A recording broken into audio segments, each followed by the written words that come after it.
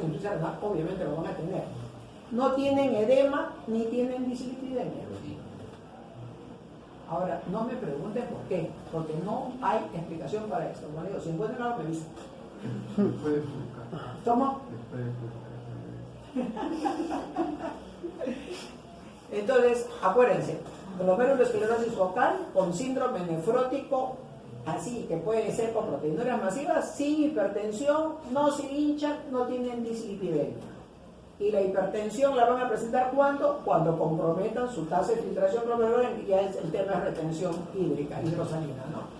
Los riñones son grandes, como hace un momento mencionábamos, ¿no? Y lo que se ha demostrado es que cómo retardo yo la progresión teniendo pues mi terapia antirretroviral, pero no me regresiona, detiene el progreso. Eso es importante que lo sepan y que no esperen, no tengan expectativas falsas al paciente. No regresiona, simplemente detiene progreso, nada más. Y para la hipertensión, como siempre, el bloqueo pues del sistema renal angiotensina aldosterona, ¿no? Y estos pacientes pueden trasplantarse, sí, o sea, estos pacientes no tienen ninguna contraindicación. ¿Cuál es el pronóstico? Igualito que cualquiera que no tiene la enfermedad. Es exactamente lo mismo. Si está bien tratado, bien controlado, su pronóstico y su expectativa de vida es igual que cualquiera de nosotros que pueda trasplantarse y que no tengamos infección por el virus, por el HIV. Las asociadas a endocarditis de las infecciones, porque la posinfecciosa ustedes ya la han visto, ¿tampoco? Ya, en la siguiente clase. ¿Todavía les falta?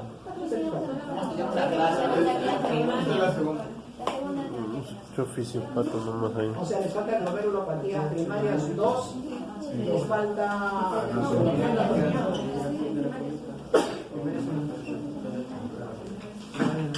Pero fisiología y anatomía, supongo que son expertas. También. Claro. La primera promoción, él y Gino Patrón. Saqué un nefrólogo, pero ahí no me salió más nefrólogo. De la Ricardo Juan es el único nefrólogo que tengo. Un crack. A ver quién se anima. Hasta ahora, a ver si alguien se anima. Un dios. La asociada a endocarditis infecciosa. Aquí el paciente lo que va a tener es cuadro de fiebre, obviamente, el paciente con endocarditis. Tiene cuadros, manifestaciones sistémicas como artralgias, anemia, púrpura, pero van a encontrar lo que ustedes han visto en endocarditis, ¿no? Esto ya es para ustedes refrito porque lo han visto en cardiología. ¿No es cierto? Sí. ¿Se acuerdan todos? Sí. Los que no han aprobado, de repente no se acuerdan. Los nódulos de Osler, las lesiones Janeway, las hemorragias en astilla. ¿Qué cosa es esto? Así, Osler. Ay, qué chistosos. Hemorragia, qué chistoso. ¿Qué son estas? ¿Ah? Mira acá. ¿Qué son cuáles?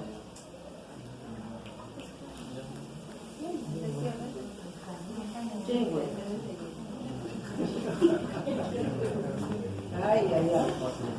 ¿Por qué? ¿A qué se debe la glomerulonefritis? Depósitos de complejos inmunes igualito como sucede en la posinfecciosa. O sea, el agente infeccioso no está demostrado en el riñón, como sucede con el HIV, que sí se ha encontrado en los túbulos. Se han encontrado partículas del virus. Aquí no, es una infección a distancia que genera una reacción inmune y genera anticuerpos que van a depositarse en todos los complejos inmunes circulantes que se depositan en el riñón, igualito como sucede en la post-estreptococcus. O sea, hay infecciones en las cuales el agente causal produce toxicidad al riñón, toxicidad viral.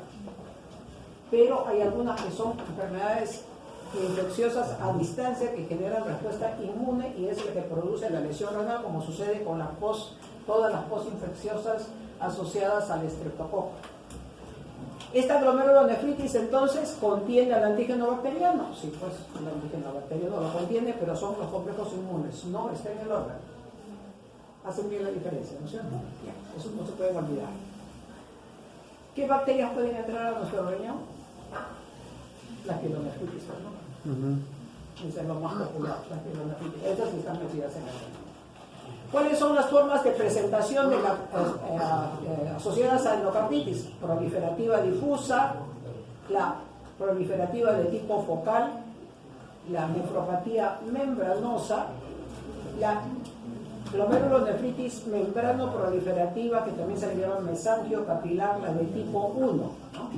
Entonces, en las formas subagudas de endocarditis bacteriana, lo que se encuentra son proliferaciones en las subagudas, que son esas de largo tiempo, proliferación focal y segmentaria, y hay necrosis fibrinoide de trombos capilares. ¿A quién les huele esto? ¿A quién se parece? ¿A quién hemos visto con esas cosas parecidas?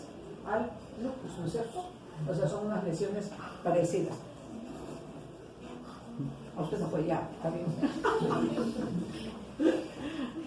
Proliferativas focales con necrosis fibrinoide y trombos capilares, ¿no? Entonces, estas lesiones pueden ser muy extensas cuando son difusas, ¿no? Y pueden producir lesiones severas con compromiso de la función renal. Y miren ustedes que hay formación de las famosas medias lunas.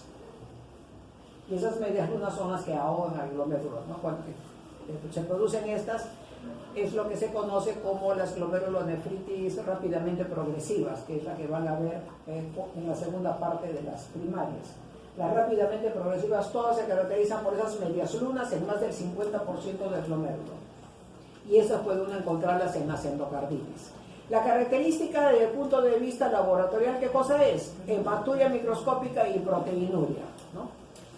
Menos común la rápidamente progresiva, que les digo que está asociada a las medias lunas. O sea, paciente con una endocarditis bacteriana que presenta hematuria o proteinuria, que está encima de 1 gramo, ese paciente hay que chequear su función renal porque está haciendo lesión glomerular asociada a endocarditis. La siguiente. La infección por hepatitis C. ¿Cuál es la característica? Son 3 patrones de injuria que van a encontrar acá, ¿no? Están asociadas ¿con qué? Con la nefrotoxicidad de las crioglobulinas. Acuérdense que la hepatitis C, el virus de la hepatitis C, es el rey produciendo crioglobulinas. Produce una patología que se llama crioglobulinemia mixta esencial, ¿no es cierto? Y la causa más frecuente de crioglobulinemia mixta esencial, si me preguntan en un examen, ¿cuál es? Hepatitis C, por el virus, se llama hepatitis C. Entonces, esta nefrotoxicidad puede ser por las crioglobulinas o por efecto directo del virus. O sea, ya tenemos otro agente infeccioso que produce toxicidad directa. ¿Cuáles son esos 3 patrones? La característica, la más frecuente, es la membrana proliferativa. Entonces, cuando les enseñan la membrana proliferativa, acuérdense que dentro de las formas secundarias está la asociada a hepatitis C, no se olviden. La otra forma es la glomerulonefritis crioglobulinémica, que la vamos a ver en un momentito, y la glomerulopatía membranosa o nefropatía membranosa. Entonces, hepatitis C, ¿qué produce? Membrana proliferativa o mesangio capilar tipo 1, la crioglobulinémica y la nefropatía membranosa. ¿Cuáles son los hallazgos frecuentes en la hepatitis C? Si yo tengo la nefropatía membranosa, la crioglobulinémica o la membrana proliferativa, tengo que tener hematuria y proteinuria de todas maneras, ¿no es cierto? ¿Y qué más voy a tener? Hipertensión y anemia, que puede asociarse o no a la disminución de la función renal. Y miren ustedes, síndrome nefrótico no es la característica. Entonces es proteinuria no nefrótica, lo más frecuente que uno puede encontrar en hepatitis C y con toxicidad en el riñón. ¿Qué vamos a encontrar también? Bueno, lo que es de los pacientes con hepatitis C, ¿no? Transaminasas, y una de las cosas interesantes es que el factor reumatoide está elevado, y muchas veces cuando no se sabe esto se empieza a buscar otro tipo de patología. El factor reumatoide está en una presencia bastante alta, más de la mitad de los pacientes pueden tener factor reumatoide positivo.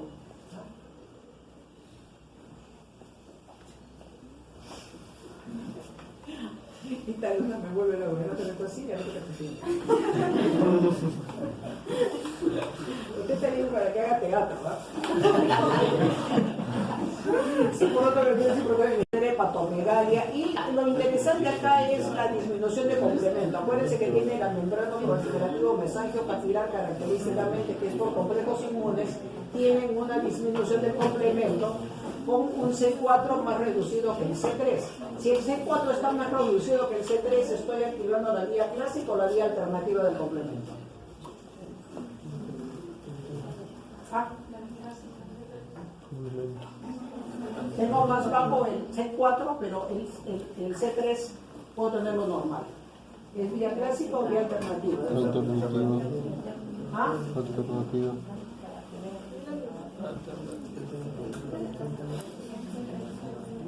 Les dejo tarea para mañana.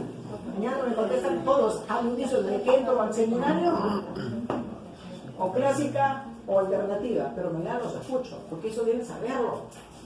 Ah, imagínate que tiene C3, C4 bajo, C1 Q bajo. ¿Qué será? No, y el otro paciente tiene C4 bajo, C3 normal, C1 Q. Oye, C1 Q está bajo. ¿Y ahora qué hago?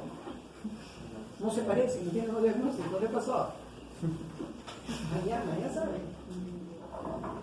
¿En cuál de ellas bajan los dos y en cuál de ellas baja uno y no baja el otro?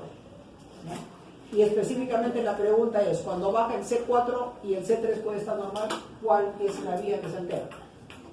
Muy bien, entonces, ¿cuándo voy a dar tratamiento a los pacientes con este síndrome nefrótico de hepatitis C? Como ven, solamente cuando tengo yo un síndrome nefrótico evidente, cuando tengo compromiso de la función renal, el paciente se me presenta con compromiso de la función renal, cuando tengo hipertensión o con la biopsia tengo adenotubulo intersticial. O sea, trato de buscar la regresión de la patología. Ahora, ¿cuál es el tratamiento para estos pacientes? La terapia antiviral. Acá no es que yo le voy a dar corticoide. ¿Usted cree que se da corticoide para ese síndrome nefrótico? No. Entonces, como ven, todos los tratamientos de síndrome nefrótico que están viendo hasta ahora es corticoides, ciclofosfamida, el micofenolato, todos los venenos que usamos nosotros, ¿no? Pero en el caso de la hepatitis C, el tratamiento es antiviral. Y si quieren, ahí en la parte baja les he puesto cuáles son los fármacos que se usan. Estos son los de nueva generación, ¿no? Los que están libres de... ¿Qué cosa dice IFN? Muy bien, o sea, libres de interferón, que antes se usaban. La enfermedad renal asociada a hepatitis B. Tenemos aquí las características de la hepatitis B, la poliarteritis nodosa. Esa puede presentarse en los pacientes con hepatitis B y es una de las formas más serias de compromiso del riñón en hepatitis B, ¿no? Tengo vasculitis de grandes y medianos vasos que es desencadenada en el paciente que tiene la enfermedad activa. Estos pacientes que tienen en la poliarteritis nodosa, como en toda vasculitis, tienen hipertensión, hematuria microscópica, proteinuria, compromiso de la función renal. Por la hepatitis tienen elevación de transaminasas, el antígeno de superficie, el ADN del virus. Pero entonces, ¿qué es lo que me tengo que llevar? Que puedo tener un cuadro de vasculitis de grandes y pequeños vasos que se presenten asociados a hepatitis B y no me voy a poner a pensar que el paciente tiene otra enfermedad. Entonces, paciente con hepatitis B activa que me tiene lesiones de vasculitis, inclusive con lesiones ulcerativas que pueden tener miembros inferiores, debo sospechar que esto es asociado a la misma patología, ¿no? Lo otro importante que puedo tener es la glomerulonefritis membranoproliferativa tipo 1, en eso se parece a la hepatitis C, ¿no es cierto? O sea, ambas producen membranoproliferativa de tipo 1, con sus inmunocomplejos exactamente depositados como la hepatitis C. Y tengo la nefropatía membranosa, también en la de C hay nefropatía membranosa.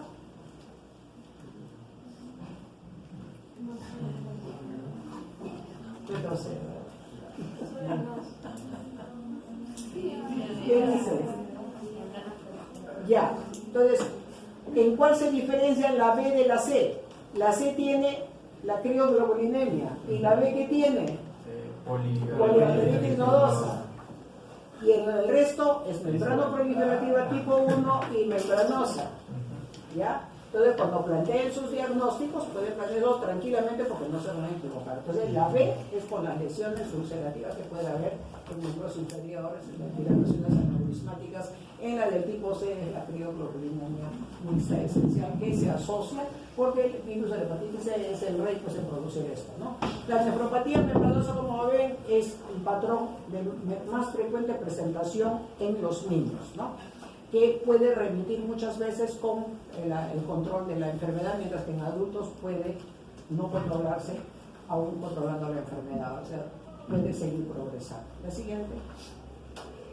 ¿Cuál es el tratamiento? El tratamiento para los niños con hepatitis B que tienen el síndrome nefrótico severo o hay progresión de la enfermedad, sí está validando el uso de esteroides, que no había en la hepatitis C.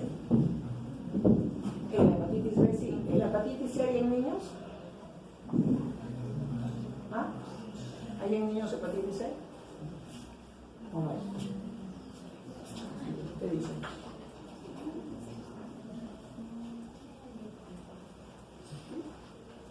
Hepatitis C, ¿hay en niños o no? Pero como ven, el corticoide no está validado en hepatitis C.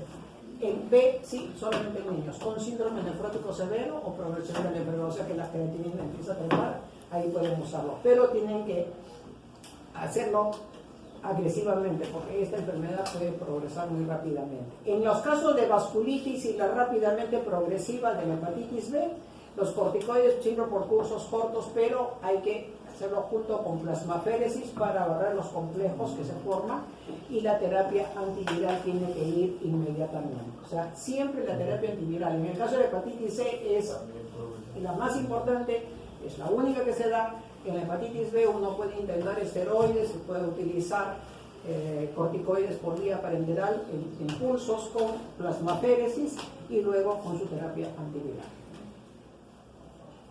Las vasculitis. La vasculitis, como ustedes saben, hay vasculitis de grandes vasos, que eso lo vamos a revisar, la arteritis de Takayasu y la de células gigantes, la de vasos medianos, la poliarteritis nodosa, la de Kawasaki, la enfermedad de Burger o Leo Burger, que es la de los miembros inferiores. Seguimos. Y estas que son las que tenemos aquí asociadas, que son las que comprometen al riñón, ¿no? De vaso pequeño, la mediada por complejos inmunes, que es la angiitis leucocitoplástica cutánea, que no compromete el riñón, la púrpura de Henoch-Schönlein, que sí puede comprometer al riñón y está asociada a nefropatía por IgA, la crioglobulinemia esencial, que sí compromete al riñón, y los que se asocian a anticuerpos contra el citoplasma del neutrófilo, que se llaman las FAUCI inmunitarias. ¿Por qué razón? Porque no son por complejos inmunes. Estos anticuerpos contra el citoplasma del neutrófilo producen una reacción inflamatoria y la exacerbación de toda la cascada inflamatoria de complemento sin necesidad de que haya complejos inmunes. Por eso se le llama FAUCI inmunitarias. Esa es la definición de FAUCI inmunitario para los que quieren saber cómo definirlo. Entonces tenemos la poliangiitis microscópica, la granulomatosis de Wegener, que ahora es la poliangiitis con granulomatosis, y también la de Chern-Strauss, que es la poliangiitis alérgica, ¿no? ¿Por qué razón se ha cambiado? Porque, bueno, se han peleado con los judíos y dicen no sé por qué. Sí, esa es la razón detrás de todo esto. Sí, que no tienen nombres judíos. Así muérese de la risa. Cuando yo me enteré de la razón, dije, ya, bueno. Después de todo lo que les han hecho a los pobres, encima quitarles el nombre. Canallas. Vamos. Siga. Vamos con la poliarteritis nodosa clásica. ¿Ustedes han hecho inmunorreumato? Sí. Ya han hecho, ¿no? O sea, ya saben quién es. Ya saben. Entonces, si ya la conocen, no me voy a demorar en eso. Entonces, esta que produce necrosis de vasos, de importancia, vasos de tamaño mediano. ¿Cuál es la preferencia? Que es importante la presencia del compromiso de nervios periféricos. Acuérdense que puede resultar con mononeuritis, ¿no? Múltiple, estos pacientitos comprometen los vasos en el mesenterio, que incluye sus arterias renales, el corazón y el cerebro. Característicamente hay todas estas manifestaciones sistémicas pues, de una vasculitis, como fiebre, malestar, anemia, pérdida de peso, las artralgias inespecíficas que no guardan simetría, mialgias y la famosa neuropatía periférica que estábamos comentando, ¿no? ¿Qué es lo característico que vamos a encontrar? El famoso aspecto marmóreos violáceo, que es el anivedo reticularis, que generalmente va en miembros inferiores, los nodulitos subcutáneos que uno puede encontrar en el recorrido de las superficies flexoras o extensoras. ¿Hay mucho que no estudiar?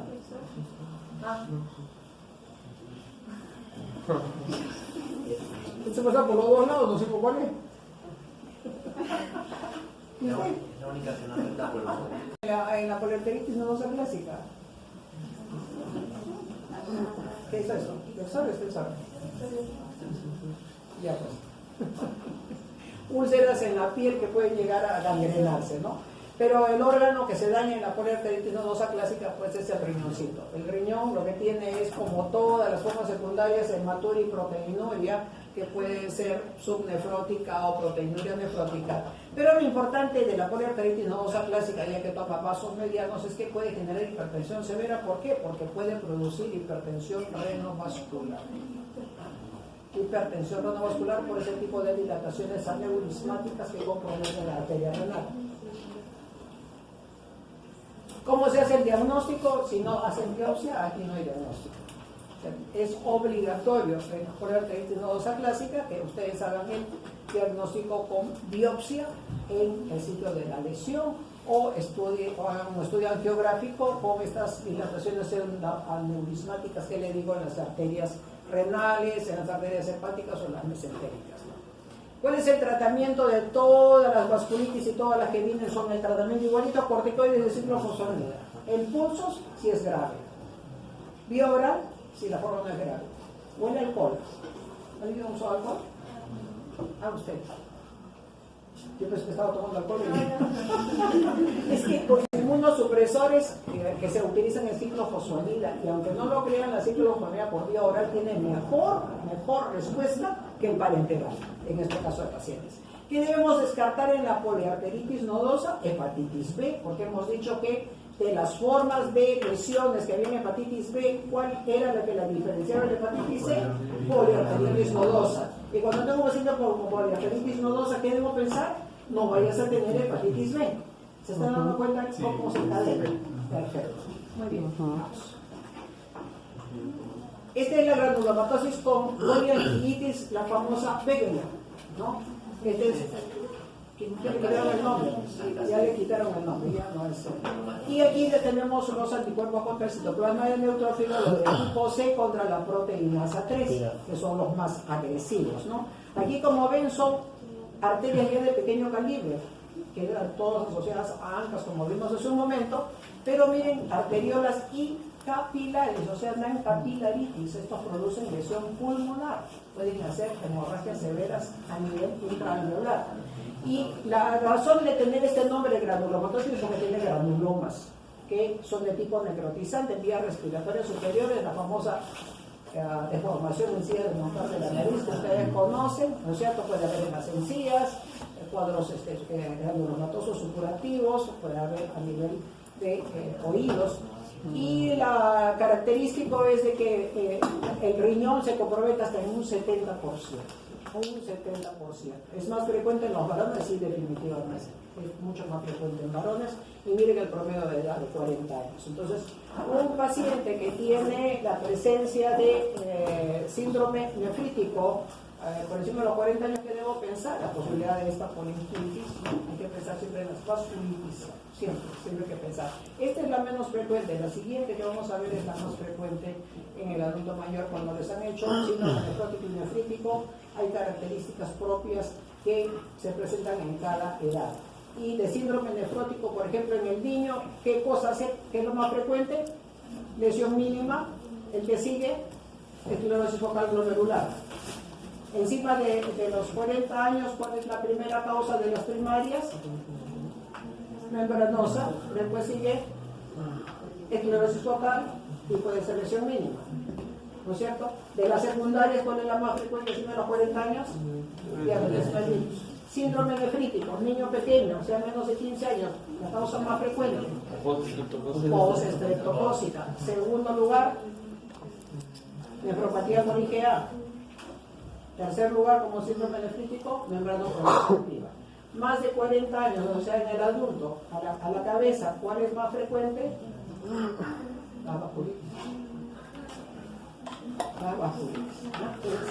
Si razonan así, se les va a hacer fácil, porque así no se confunden, ya saben qué pensar y ya, miren, pues, ya más allá no pueden avanzar porque tienen que pedir historia clínica, marcadores, serología, ¿no? Pero lo importante es que razonen en eso, qué cosa es más frecuente y así yo me puedo orientar.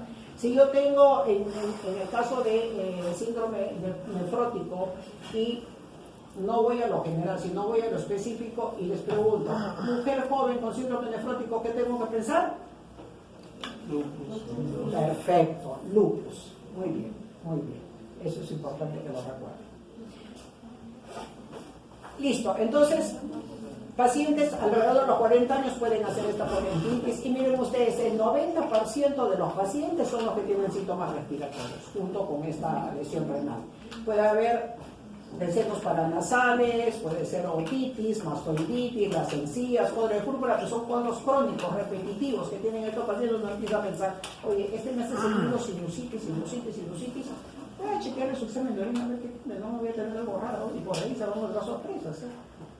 Aunque no lo crea, pensar no hace daño, explorar menos. Y un examen de orina es lo más baratito que hay y lo que más información da, siempre que sea la primera orina de la mañana. Los pulmones es del 40 al 80% y pueden haber trombosis debido a que hay compromiso de los capilares. Se va a dormir. Estas glomerulonefritis pueden producir esta proliferación, o sea, las medias lunas, ¿no? Y siempre es importante, si yo tengo a mi paciente que me está haciendo una expectoración rosada, o sea, está mencionándome que tosen, tiene rasguitos de sangre, me están apareciendo, mi escudo está rosado, no pierdan el tiempo con la radiografía de tórax. De frente se van a una tomografía. Ahí van a poder ver todos los infiltrados, nódulos, las cavidades, pero tienen que ser tomografía. No pierdan tiempo en radiografía. Siempre exijan su tomografía. La especificidad del ANCA-C, más del 90%, sensibilidad más del 70%. ¿Nos sirve? ¿Nos sirve o no nos sirve? Especificidad más del 90%, sensibilidad más del 70%. Sí, ¿no es cierto? Entonces, lo importante que es cuando ustedes piensan en un paciente que tiene estos cuadros respiratorios a repetición y tiene proteinuria y hematuria, como sin hipertensión, como sin compromiso de la función renal, es que en el momento que aparece proteinuria y hematuria en estos pacientes, la progresión puede ser muy rápida. Por lo tanto, tienen que ustedes que plantear la biopsia renal, pedir el ANCA e inmediatamente proceder a tratamiento, ¿no? Tratamiento agresivo. ¿Cuál es el tratamiento agresivo? Esteroides, ¿no? Que tienen que ser por pulsos, y la ciclofosfamida por vía oral. Como ven, 3 a 6 meses y luego pueden seguir con los otros venenos que ya les he mencionado. La siguiente, esta es la de mayor presentación en la clínica, es la vasculitis, la poliangitis microscópica. Esta es de vaso mediano y pequeño también, al igual que la anterior, ¿no? ¿Y cuál es la diferencia? Que es territorio arterial como venoso. Entonces, la granulomatosis con poliangitis era vaso mediano, vaso pequeño y capilares. Aquí es vaso mediano, vaso pequeño, arteria y vena. O sea, esta es mucho más extensa cuando la enfermedad es grave. Y miren ustedes, también se da en gente mayor. Entonces decía, cuando tengan síndrome nefrítico, piensen en este grupo de edad una vasculitis. Compromete pulmón, riñón, al igual que la anterior, ¿no? Y lo que hacen es hemorragia alveolar. Y la glomerulonefritis es similar a la que hemos visto en la granulomatosis de Wegener. Y por último tenemos la que se ve en los pacientes con historia de asma o rinitis alérgica de larga data, ¿no? Que es la granulomatosis eosinofílica con poliangitis. Como ven, ya no se llama Scher-Strauss tampoco. Esta le pueden poner ustedes entre paréntesis Scher-Strauss, ya no se usa. Entonces, si dice Scher-Strauss, van a mirar raro con qué antiguo es, ¿no? Sí. Entonces, aquí estos pacientes tienen la historia, pues, larga data de rinitis alérgica, de asma, tienen eosinofilia, y lo que hacen son sus vasculitis sistémicas, al igual que los otros, pero estos hacen lesiones granulomatosas que no la hace la poliangitis, pero que sí la hace la antigua Wegener, ¿no es cierto? La antigua Wegener con esta eosinofílica se parecen en qué? En que tienen presencia de granulomas pulmonares y tienen púrpura y nódulos subcutáneos. Ahora, ¿qué ANCA se encuentra en la poliangitis microscópica? ANCA-P. Y en la eosinofílica pueden encontrar ambas. ANCA-C, la granulomatosis con poliangitis. La poliangitis microscópica, que es la causa más frecuente de pulmón-riñón, es ANCA-P exclusivamente. Y la poliangitis con la granulomatosis eosinofílica del asmático encuentran las dos. Por eso se los he puesto en ese orden para que se les grabe. Si quieren pueden poner Wegener, Poliankiewicz, Teacher Strauss, que es lo que se les ha grabado en la cabeza, pero cuando quieran hablar, hablen el nombre correcto. La púrpura de Geno-Schönlein, esta es una vasculitis leucocitoplástica. Este es de pequeños vasos.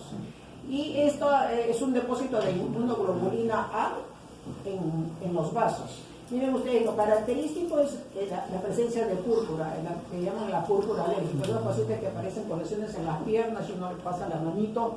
¿Y cómo es la púrpura? ¿Es plana? ¿No es plana? ¿Cómo es? ¿Ah? La púrpura es plana. Ya, y la púrpura que no son, ¿cómo creen que es? La característica es que ustedes pasan la mano y como si estuviesen granos de arena encima. O sea, no es plano. Usted dice una púrpura, a ver, voy a volver a pasar mi mano, esta es púrpura alérgica. Pues no Schönlein. Puede ser reacción a medicamento, perfecto, pero piensen en que no Schönlein. Y piensen en la posibilidad de IgA. Ustedes han visto nefropatía por IgA en las primarias, ¿no es cierto? Considera, se han visto en la clase de Chavito, de la doctora Chavo, ¿han visto IgA? ¿Ah? ¿Todavía no me IgA?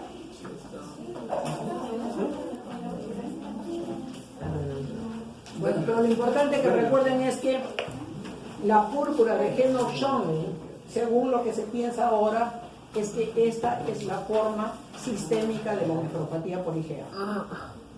¿Ya? Se considera que es la forma sistémica de la nefropatía por IgA, que es la nefropatía de más alta prevalencia en el mundo, como les decía, ¿no? ¿Y cuál es la de peor pronóstico? Lo he dicho hoy día. La membrana proliferativa. Entonces, esto puede ser la forma sistémica de la nefropatía por IgA. ¿Y por qué se caracteriza? Porque es una púrpura alérgica, o sea, una púrpura como si tuviese yo granos de arena en la piel. ¿Qué característica tiene? Como todo paciente con vasculitis, o sea, hematuria, glomerular y proteinuria. El compromiso renal puede ser con la nefropatía por IgA y el tratamiento básicamente es con cualquiera de los venenos que usamos, ¿no? Puede ser rituximab, puede ser ciclophosphamida, plasmacétic. Ahí no me voy a detener porque eso a ustedes no les importa. Ahora, en estos pacientes con nefropatía, con púrpura de Geno-Schönlein, es importante que recuerden que puede haber compromiso gastrointestinal y dolores articulares. Generalmente, cuando ustedes vean esa púrpura tipo alérgico y el paciente se queja de dolores articulares raros y dolor abdominal severo, le dicen no es cólico, no es un dolor abdominal severo, es que hay lesiones a nivel de intestino y pueden haber sangrado. Entonces es importante porque esas sí son formas serias de esta patología, en donde tienen que actuar y sí empezar con corticoides, ¿no? Entonces, creo que nos queda algo más. La crioglobulina mixta esencial, que es la que hemos mencionado asociada a hepatitis C, ¿no es cierto? Esta es una vasculitis asociada a estas inmunoglobulinas que precipitan en frío y hemos visto que la causa más frecuente es por virus de hepatitis C, y lo que vamos a encontrar en la crioglobulinemia es característicamente las lesiones de púrpura y de necrosis, ¿no? Esa es la característica de la crioglobulina mixta esencial. Entonces, ¿qué cosa es? Es una vasculitis severa asociada al virus de la hepatitis C, que compromete al riñón. Hemos dicho que sí, ¿no? En la clínica, estas lesiones purpúricas con necrosis se acompañan de Raynaud. ¿Qué cosa es el Raynaud? Cambio de coloración, ¿una corrección vascular o no? Por depósito de complejos inmunes, ¿no es cierto? Entonces, coge y el paciente automáticamente siente dolor en las manos con o sin cambio de coloración. Puede haber cambio de coloración, se ponen moraditas sus manos, ¿no? Hay artralgias, fiebre, el hígado y el vaso grande que están asociados a esta patología, y lo que vamos a encontrar es solamente el C3 bajo, así que para mañana ya saben, vía alternativa o vía clásica. Y el compromiso renal en la crioglobulinemia es en la mitad de casos, ¿no? Las características es como para todas las formas sistémicas que comprometen al riñón, que hay proteinuria, microhematuria, puede haber compromiso de la función renal. Pero en la biopsia, que es lo malo de esto y por qué la consideramos mala la crioglobulinemia, porque puede haber la membrana proliferativa, que es la de peor pronóstico, con formación de medias lunas. O sea, la crioglobulina mixta esencial, membrana proliferativa con medias lunas, ¿no? El tratamiento es lo que hemos mencionado, igualito para todos es igual. Igual aplicamos los venenos porque no sabemos qué tratamos. Sí, fácil. No, eso es cierto, no sabemos lo que tratamos, claro, no sabemos qué tratamos. Damos corticoides, damos acá. Si usted ve la literatura de las nefropatías primarias, está inundada. ¿Por qué? Porque no ha habido uniformidad de criterios. Se mezclan pacientes y muchas veces los estudios de biopsia son hechos en diferentes etapas de la enfermedad, en diferentes grupos etarios y se han mezclado, y por eso terminamos ignorantes hasta ahora. O sea, damos medicación, hay respuesta a esta, ya boom, sale la International Society of Nephrology, saca, ya. Este es el patrón. La CADIO saca, estas son las nuevas guías, la actualización, a los 5 años se cambiaron. O sea, el riñón sigue siendo tan inexpugnable como el cerebro. La ventaja es de que para esto hay diálisis, para esto no, ¿no? Así que por algo nos consolamos. El síndrome urémico hemolítico es otra asociada a infección, y esto generalmente está en los niños en edad preescolar, escolar, y es una causa de injuria renal aguda, ¿no? Que lo vamos a ver en la clase de mañana. Y el tema es que la lesión es una disfunción endotelial sistémica asociada a quién, a la verotoxina de este tipo de Escherichia coli, la cepa O157H7. ¿Qué cosa será el O y qué será el H?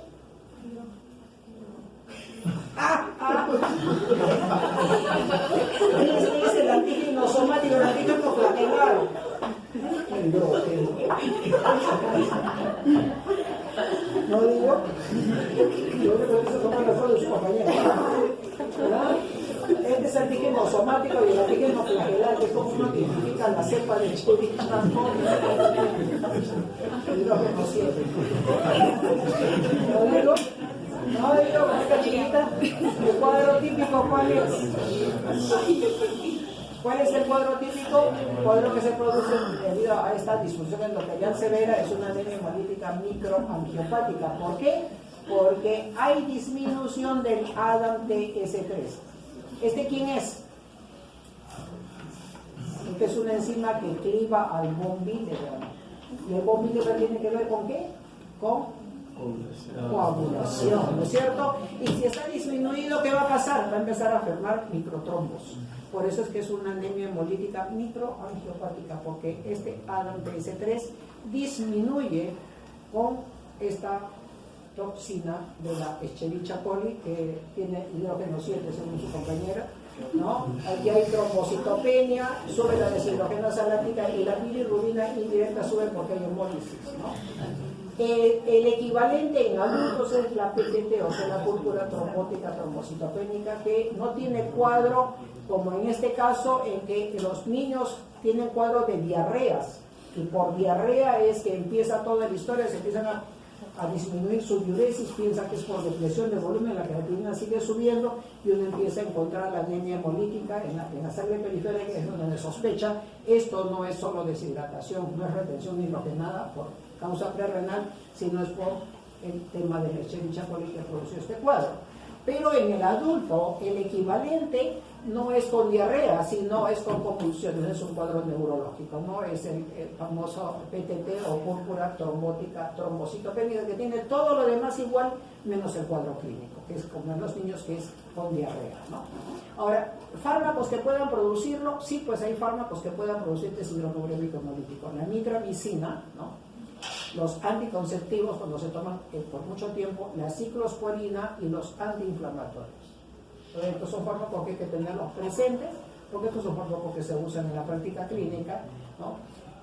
Y este síndrome urémico hemolítico puede asociarse también en el embarazo, ¿no? Se parece mucho al síndrome de HELP, que es una complicación de las pacientes preeclámpticas. HELP es H-E-L-L-P, ¿no? Que es hemólisis, elevación de las enzimas hepáticas y plaquetopenia. Esas son las siglas del HELP.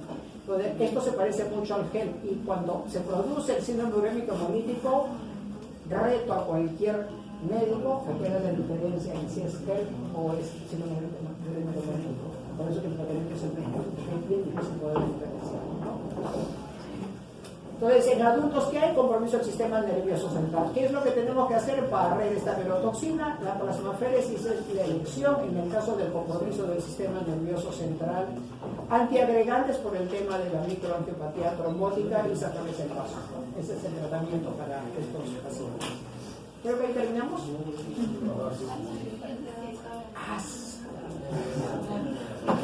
No, la nefroesclerosis no la voy a tocar porque van a hacer hipertensión y riñón. Así que se los he puesto ahí es un GIF. Un bonus track. Por si acaso no les diga. Por si acaso no lo mencionan en la clase. Sí. Por eso digo, es un bonus. Listo, me voy.